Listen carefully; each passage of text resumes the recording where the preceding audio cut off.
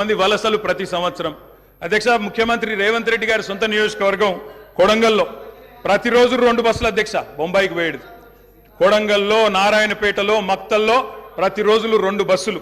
అదేవిధంగా అధ్యక్ష, ఆ బస్ స్టాండ్కు పోతే ఆ వలసలను చూసి సలసల కాగే కన్నీళ్లను గారుస్తూ ఆ భార్యా పిల్లల ఏడుపులు. అదేవిధంగా 50 ఎకరాలు ఉన్న రైతైనా సరే అధ్యక్ష, తెలంగాణలో ఆనాడు కాంగ్రెస్ పరిపాలన ఎంత గొప్ప పరిపాలన అంటే అధ్యక్ష, మహబూబ్ నగర్లో 50 ఎకరాలు ఉన్న రైతైనా సరే గుంపు మేస్త్రిగా పనిచేసే దుస్థితి అధ్యక్ష. హైదరాబాద్కి వచ్చి కూలీ చేసుకునే దుస్థితి. ఇది వాస్తవం అధ్యక్ష, వారికి కూడా తెలుసు. ఒక్క మాటలో చెప్పాలి అంటే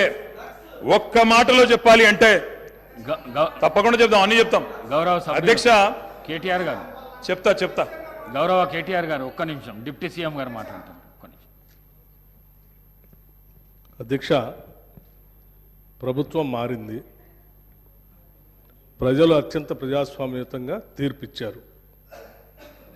మేము చాలా విషయాల హృదయంతో ప్రభుత్వం తరఫు నుంచి చాలా స్పష్టంగా చెప్పాం. అత్యంత ప్రజాస్వామ్యయుతంగా సభను నడుపుకుందాం, ఉన్నటువంటి విషయాలపైన లోతుగా చర్చిద్దాం, నిర్మాణాత్మకమైనటువంటి సూచనలు మీరు ఏమిచ్చినా మేము తీసుకోవడానికి సిద్ధంగా ఉన్నామని చెప్తా ఉన్నాం.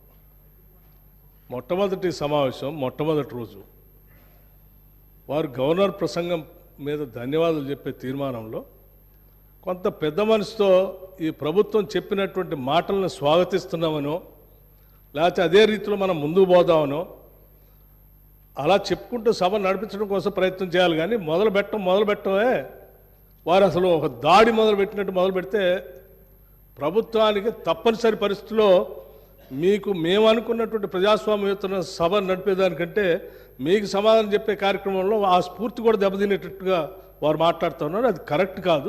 దయచేసి మీరు ఏం చేశారనుకుంటున్నారో చెప్పండి, మేము ఏం చేయాలనుకుంటున్నారో చెప్పండి.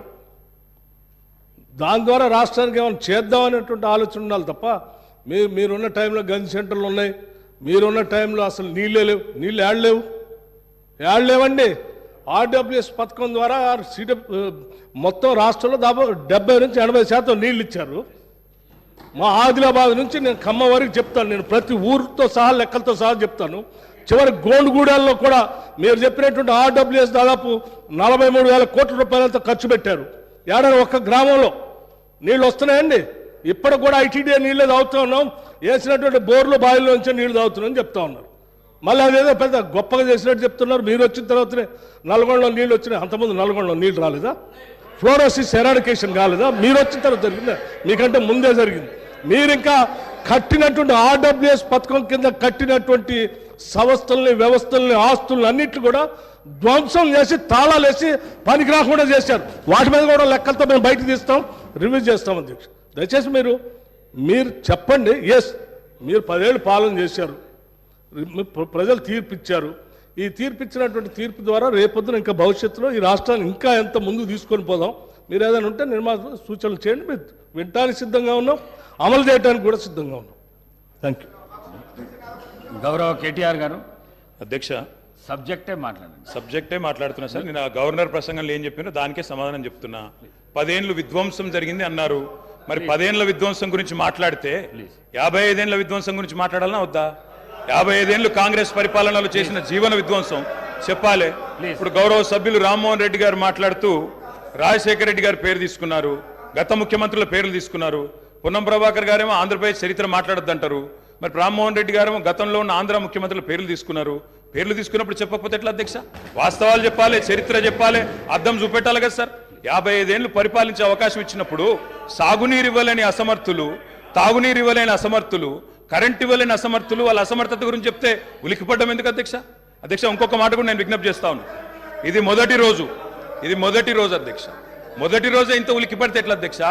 మొదటి రోజు ఇంత భయపడితే ఎట్లా? ఒక్కొక్క మంత్రి గారు లేసి అప్పుడే ఉలికిపడి మాట్లాడుతున్నారు. అంత భయం ఎందుకు సార్? అధ్యక్ష, నిర్మాణాత్మక సూచనలు చేయాలన్నారు భట్టి గారు, వి వెల్కమ్ ఇట్.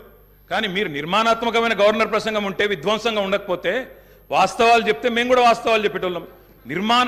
మా అధ్యక్షుడు స్పష్టంగా చెప్పారు, కొత్త ప్రభుత్వం వచ్చింది, తొందరపడకండి, ఒక 3 నెలలు సమయం ఇద్దాం, అట్రఫ్లాప్ అవుతారు ఎట్లాగూ, కానీ 3 నెలలు సమయం ఇద్దాం. ఎందుకంటే అధ్యక్ష చాలా చెప్తా అవి కూడా చెప్తా. పాపం వాళ్ళ సభ్యుడే వాళ్ళని ఇరికిస్తాడు.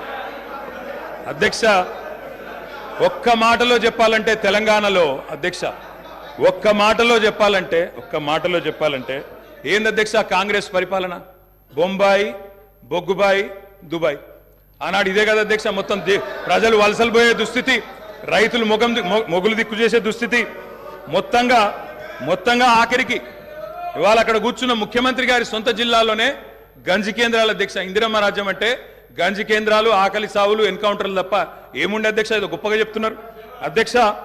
ఆ రోజుల్లో ప్రాజెక్టులు కట్టకున్నా, పైసలు తరలించకపోయిన ఆంధ్రాకి మౌనంగా మంగళహారతులు పట్టింది తెలంగాణ కాంగ్రెస్ నాయకులు కాదా అధ్యక్ష? ఆనాడు మేము రాజీనామాలు చేస్తుంటే, గొంతు చించుకుంటుంటే, పేగులు దిగేదాకా కొట్లాడుతుంటే, పదవుల కోసం పెదవులు మూసుకున్నది ఎవరు అధ్యక్ష? ఇలా బాగా మాట్లాడుతున్నారు అధ్యక్ష. ఇంకొక మాట చెప్తా ఉన్నా. ఇదే శాసనసభ అధ్యక్ష తెలంగాణ పదం నిషేధిస్తే ఒక్క కాంగ్రెస్ నాయకుడు మాట్లాడిండా అధ్యక్ష? ఇదే శాసనసభలో అధ్యక్ష అక్కడ కూర్చున్న ముఖ్యమంత్రి కిరణ్ కుమార్ రెడ్డి గారు, మా హరీష్ రావు గారు లేచి మాకు నిధులు ఇవ్వరా అని అడిగితే ఒక్క పైసా ఇయ్యా, ఏం చేసుకుంటావో చేసుకోపో అన్నప్పుడు ఒక్క కాంగ్రెస్ నాయకుడు మాట్లాడిండా సార్? ఇలా బాగా మాట్లాడుతున్నారు. పదవుల కోసం పెదవులు మూసిన చరిత్ర ఖచ్చితంగా తెలంగాణ కాంగ్రెస్ నాయకులదే. అందులో రెండో అభిప్రాయం కూడా అవసరం లేదు అధ్యక్ష. I'm not yielding sir. ఎందుకంటే మీరు నాకు రెస్క్యూకి రావాలా.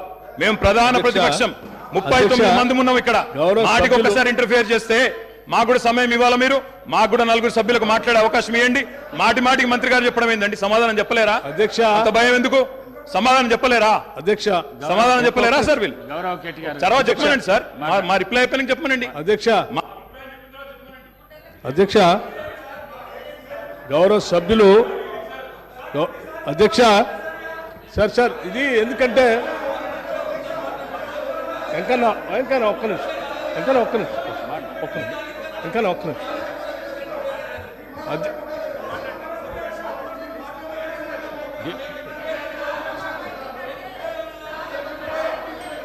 అధ్యక్ష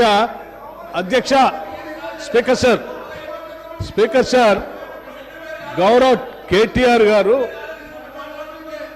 బ్రదర్ ప్లీజ్, నేనేం మిమ్మల్ని క్రిటిసైజ్ చేయట్లేదు. కూర్చో, ఒక్కడే నిమిషం.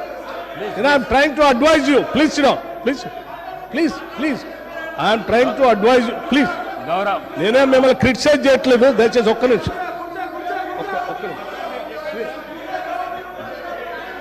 గౌరవ్ ప్రశాంత్ రెడ్డి గారు అధ్యక్ష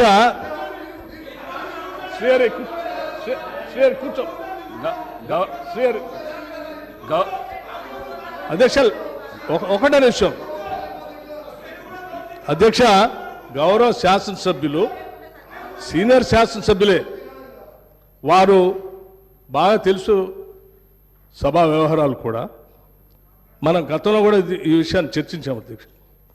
గత 55 ఏళ్ళలో మీరు ఏం చేశారు అని పదే మాట్లాడుతూ ఉన్నారు.